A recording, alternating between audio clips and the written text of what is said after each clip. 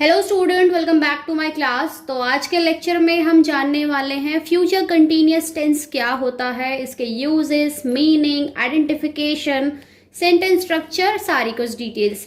तो चलिए सबसे पहले इसका मीनिंग समझते हैं, यानी कि इसका अर्थ समझते हैं। It indicate something will occur in the future and continue for some time, यानी कि ये बताता है कि कोई चीज फ्यूचर में होगी और वो कुछ समय के लिए चलेगी। यानी कि कोई आप बोल सकते हैं कि ऑनगोइंग एक्शन या फिर कोई कंटिन्यूइंग एक्शन, यानी कि इसमें हम क्या ले सकते हैं, ऑनगोइंग एक्शन को भी ले सकते हैं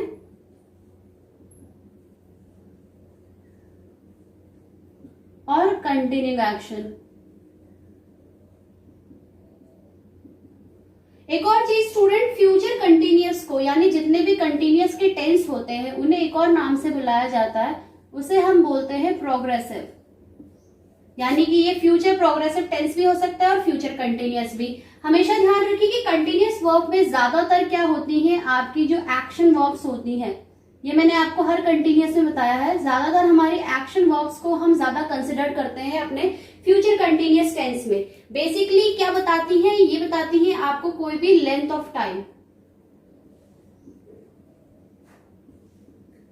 अब देखिए उसकी आइडेंटिफिकेशन क्या होती है कि at the end of Hindi sentence क्या आता है भैया, रहा होगा फॉर बॉय, राम बाजार जा रहा होगा, रही होगी फॉर गर्ल, सीता खाना पका रही होगी, एंड रहे होंगे फॉर ऑल, वे स्कूल जा रहे होंगे। तो हमने क्या देखा कि इसकी मीनिंग क्या होती है, क्या करता है फ्यूचर कंटिन्यूअस और क्या इसकी आइडेंटिफिकेशन होती है।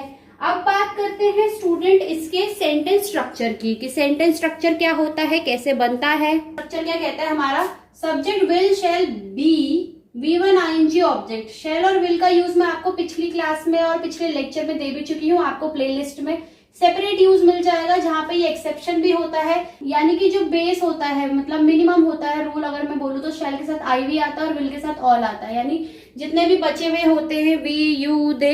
लेकिन इसमें भी कुछ एक्सेप्शन होता है, वो क्या एक्सेप्शन होता है वो हम पिछली क्लास में ऑलरेडी डिस्कस कर चुके हैं। तो आप देखिए सीधा इसके अफर्मेटिव पे चलते हैं। Subject plus will shall plus be plus V1 ing object, यानी कि आपकी विल शैल लगी, आपकी बी वर्ब लगी, plus 1 ing plus object. Ram बाजार जा रहा होगा, Ram will be going to market. Ram आपका सब्जेक्ट हो गया, ये आपकी एज अ हेल्पिंग वर्ब की तरह काम कर रही है। बी आपकी प्राइमरी ऑक्सिलरी वर्ब होती है, मैंने आपको स्टार्टिंग में भी बताया था। Going to the market, going main verb हो गई आपकी, मेन वर्ब के साथ ing लग गया है, या इसे हम M4 भी कह सकते हैं, और आपकी टू द मार्केट एक तरीके से ऑब्जेक्ट हो गया। सेकंड देखिए, मैं एक पत्र लिख रहा हूँ, I shall be writing a letter. I subject, shall आपकी हेल्पिंग वर्ब, बी आपकी प्राइमरी ऑक्सिलरी वर्ब, राइटिंग आपकी V1 के साथ क्या लग गया, ing हो गया। आपका वैसे एक आर्टिकल होता है। तो हमारा अफर्मेटिव सिंपल क्या कहता है कि सब्जेक्ट के साथ भैया आपका विल शैल आ जाएगा, बी आ जाएगा, V1 ing और ऑब्जेक्ट। अब नेगेटिव में क्या चेंजेस होते हैं, नेगेटिव का रूल देख लेते हैं। Subject plus will shall plus not plus be plus V1 ing object, यानी क्या बदला, सिर्फ ये नॉट बदला। राम बाजार नहीं जा रहा होगा, Ram will not be going to market. Subject changes कर लेते हैं, Ram subject, helping verb, not, primary auxiliary verb, V1 ing और ये आपका ऑब्जेक्ट। टू आपका एक प्रेपोजिशन होता है, प्रेपोजिशन क्लास में देख लीजिएगा, आपको लेक्चर में मिल जाएगा ग्रामर की प्लेलिस्ट में क्या होता है टू का यूज। नेक्स्ट देखिए, मैं एक पत्र नहीं लिख रहा हूँ, I shall not be writing a letter. तो हमने सिर्फ क्या देखा, क्या बदलाव होते हैं एक अफर्मेटिव से एक नेगेटिव बनने में। एक यहाँ पे क्या होता है, सिर्फ नॉट लग जाता है, बाकी दोनों रूल एज इट रहता है। तो आपको बस ये ध्यान में रखना है, ये जो टॉप पे दिया है ये इसका सेंटेंस स्ट्रक्चर है। अब बात करते हैं स्टूडेंट की हमारा इंट्रोगेटिव और नेगेटिव प्लस इंट्रोगेटिव क्या होता है, उसके बाद यूजेस पे भी चलेंगे। स्टूडेंट हमारे इंट्रोगेटिव की, यानी कि हमारे दो तरीके के होते हैं, WH और हेल्पिंग वर्ब। यानी WH वाले होते हैं, WH वर्ड्स जो होते हैं how, when, what, where, why, और हेल्पिंग वर्ब होती है जो आपकी जितनी भी हेल्पिंग वर्ब्स होती हैं उनसे स्टार्टिंग होने वाले क्वेश्चन। कैसे रूल्स देख लेते हैं। WH वाला क्या होता है, WH के साथ will shall plus subject plus be V1 ing object और क्वेश्चन मार्क, यानी कि सिर्फ ये चीज बदलती है, बाकी पूरी की पूरी चीज ऐसे की ऐसी ही रहती है। यहाँ देखिए जो आपके हेल्पिंग वर्ब के स्टार्ट होते हैं, विल शैल पहले आता है, फिर सब्जेक्ट, फिर बी, फिर V1 ing, फिर ऑब्जेक्ट, फिर क्वेश्चन मार्क। ये आपका मस्ट है, क्वेश्चन मार्क जरूर लगाइएगा। सेंटेंस से देखते हैं, राम बाजार क्यों जा रहा होगा। Why will Ram be going to the market? तो जब भी आपका ये कब क्यों कैसे आता है, तो इट मीन स्टार्टिंग आपकी WS से होने वाली है। Why will Ram be going to the market? Next, क्या राम बाजार जा रहा होगा, Will Ram be going to the market? तो हमने इन दोनों सेंटेंसेस में क्या देखा है स्टूडेंट की, जो पहला वाला है इसमें हमारा जो कब क्यों कैसे वर्ड होता है ये मिड में आता है, तो WS स्टार्टिंग में आता है। और अगर ये कब क्यों कैसे स्टार्टिंग में आते हैं तो आपका विल शेल यानी जो आपकी हेल्पिंग वर्ब्स होती है वो पहले आती हैं। नीचे देखिए शेल वाला भी देख लेते हैं। क्या मैं एक पत्र लिख रहा हूँगा, shall I be writing a letter. और मैं एक पत्र क्यों लिख रहा हूँगा, why shall I be writing a letter. तो यानी कि सिंपल हमने क्या देखा, जब हमारे पास WH फैमिली के वर्ड्स आएंगे या जब हमारे पास नॉर्मल इस तरीके के वर्ड्स आते हैं, जब आपको सिंपल क्वेश्चंस अराइज करा जाता है तो आप किस तरीके से इसमें चेंजेस करते हैं। अब इसी में हम नेगेटिव प्लस इंटरोगेटिव के भी चेंजेस कर लेते हैं। अब देखिए स्टूडेंट, नेगेटिव प्लस इंटरोगेटिव के हमारे रूल्स क्या होते हैं जब इसमें नेगेटिव ऐड हो जाता है।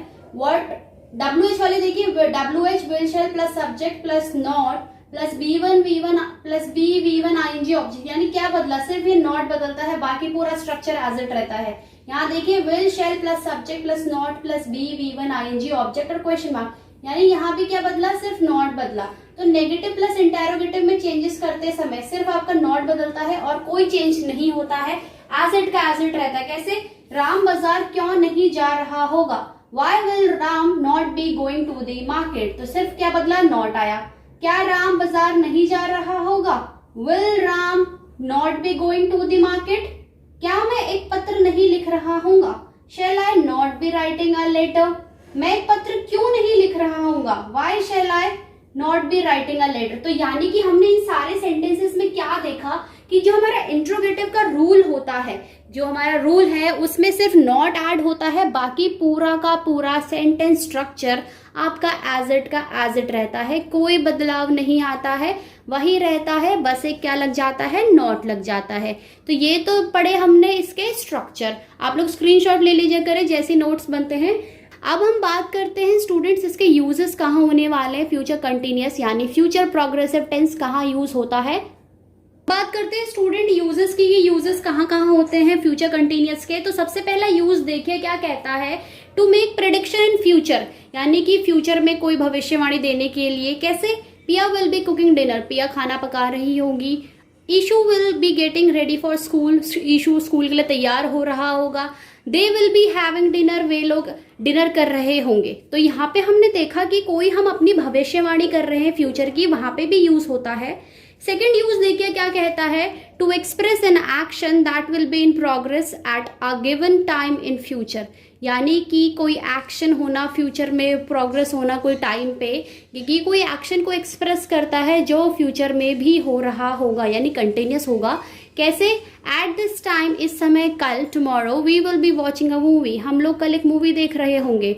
To project our self in the future, अपने को फ्यूचर में प्रोजेक्ट करने के लिए, मतलब अपनी ये देखने के लिए कि हम फ्यूचर में क्या करेंगे, जिस तरीके से, जैसे this time next week I will be sunbathing in Maldives, यानी कि इस समय अगले हफ्ते मैं क्या कर रहा हूँगा, मैं मालदीव में सन बाथ ले रहा हूँगा। Just think next Monday you will be working in your new job, जो सोचो कि अगले मंडे तुम अपनी एक नई जॉब में काम कर रहे होंगे। लास्ट वाला देखिए, लास्ट वाला क्या कहता है, to refer to continuous event that we expect to happen in the future, यानी कि किसी कंटिन्यूस इवेंट को देखने के लिए, यानी जो इवेंट होने वाला है उसको हम फ्यूचर में जो एक्सपेक्ट करते हैं कि यानी कि वो होगा। कैसे, I will be seeing Priyanka at the school next week, यानी मैं अगले हफ्ते किसको देख रहा हूँ स्कूल में, प्रियंका को। When she is in India she will be staying with friends, वो जब इंडिया में होगी तो वो कहाँ रहेगी, अपने दोस्तों के साथ। यानी कि कोई किसी इवेंट को, कोई कंटिन्यूस इवेंट को, यानी जो लगातार कोई इवेंट हो रहा है उसको एक्सपेक्ट करना जो कि फ्यूचर में होगा। तो हमने देखा कहाँ कहाँ यूज होगा, प्रेडिक्शन में, Piya will be cooking. Second, to express an action that will progress जो होगा इसमें यूज होगा, अपने को प्रोजेक्ट करने में यूज होगा, और कोई कंटिन्यूस इवेंट को बताने के लिए भी जो फ्यूचर में होने वाला है। तो ये रहे यूजेस। अब हमेशा की तरह 2 सेंटेंसेस आपके लिए एज अ होमवर्क। तो ये रहे स्टूडेंट आपके वो 2 सेंटेंसेस होमवर्क के लिए। ये आपका एक इंट्रोगेटिव का हिस्सा है, आपको इंटैरो में ट्रांसलेट करना है। ये आपका सिंपल अफर्मेटिव का है तो अफर्मेटिव में ट्रांसलेट करना है। तो ये 2 सेंटेंसेस होमवर्क है। और सेशन अगर अच्छा लगा तो बच्चों फटाफट से लाइक, कमेंट, शेयर, और अगर आप चैनल पर नए हैं तो इसे सब्सक्राइब करना ना भूलें। मिलते हैं अगले लेक्चर में।